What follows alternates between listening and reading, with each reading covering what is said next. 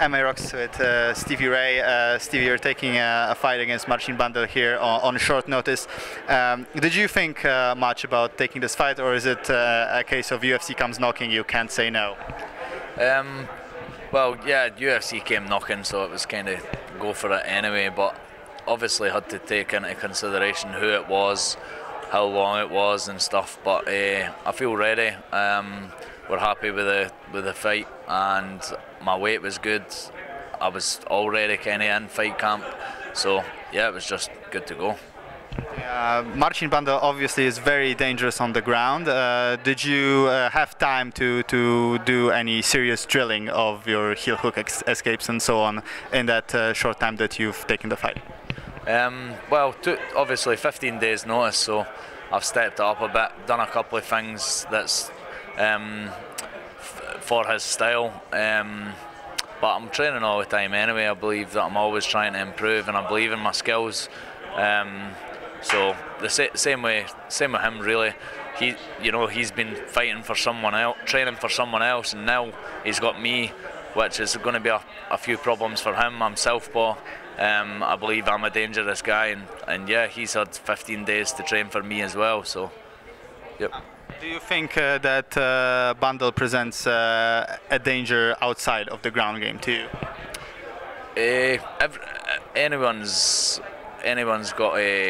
Anyone that's in the UFC should be fairly all-rounded.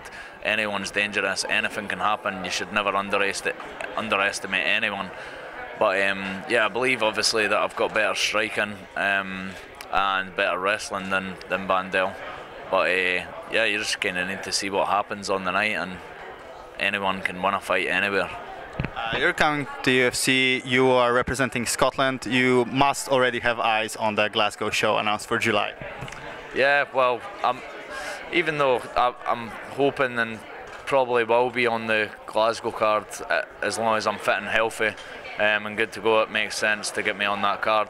But not looking into that just now. All my concentration's on this fight. Get this fight out of the way, then I'll kind of look at what to do next. You're going to come into a situation here on Saturday when you fight in front of a big crowd which is hostile, will be rooting for Bandlem. Do you think this will be intimidating to you at all?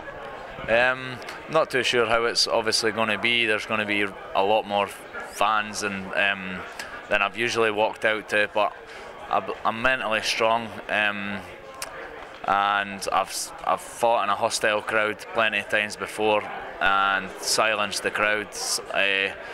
You could even say that sometimes the crowd in hostile territory is to an advantage of me.